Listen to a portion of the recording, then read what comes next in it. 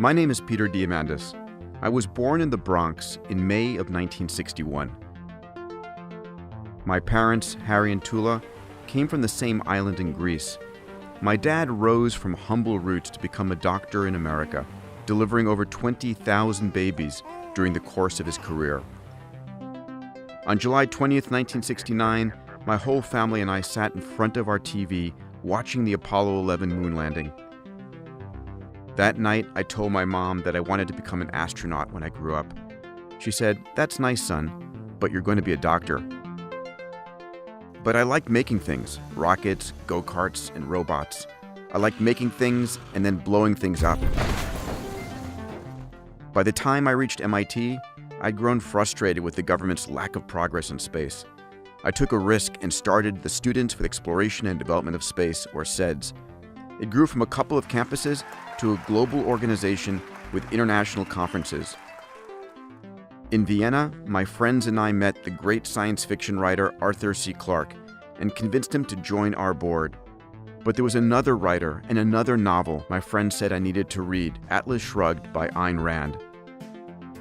It told the story of principled entrepreneurs like Dagny Taggart, Hank Rearden, and John Galt, self-starters who didn't wait around for the government to make things happen, but who made things happen themselves. Atlas Shrugged became my Bible and inspired me to pursue my passion for space exploration. I co-founded the International Space University, started a rocket company, a satellite company, and a zero-gravity experience. I knew I was heading in the right direction, but hadn't yet found the grand idea. Then one day, I was reading another book, The Spirit of St. Louis, in which Charles Lindbergh recounts his pioneering flight from New York to Paris to win a prize, a $25,000 prize. That's it, I thought, a prize to harness the competitive spirit to reach space. So in 1996, under the arch in St. Louis, I announced a $10 million prize for the first team to build a private spaceship able to carry 3 adults to 100 kilometers and back, and do it twice within 2 weeks.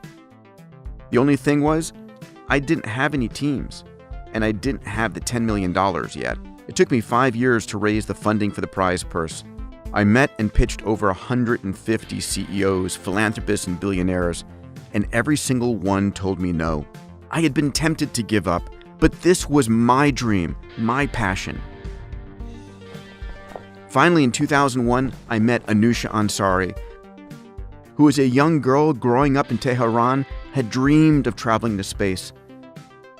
She moved to America, became an engineer and entrepreneur, and sold a company that gave her enough money for her and her family to fund the X Prize. We renamed it the $10 million Ansari X Prize in her honor. The competition attracted 26 teams from 7 countries. Brilliant engineering minds from all over the world went to work designing, raising capital, building, testing, failing, and rebuilding their technology. On October 4th of 2004, Spaceship One, built by Burt Rutan, took off from the Mojave Desert for the second time on its winning flight. Spaceship carried on board my copy of Atlas Shrugged, the book that had ignited my belief that the human mind was capable of solving any problem. Since then, we've launched over $250 million worth of X Prize competitions to bring about radical breakthroughs for the benefit of humanity. Far from living in the worst of times, we are actually accelerating towards a future of abundance faster than anyone can possibly think. Only fear and lack of vision can hold us back.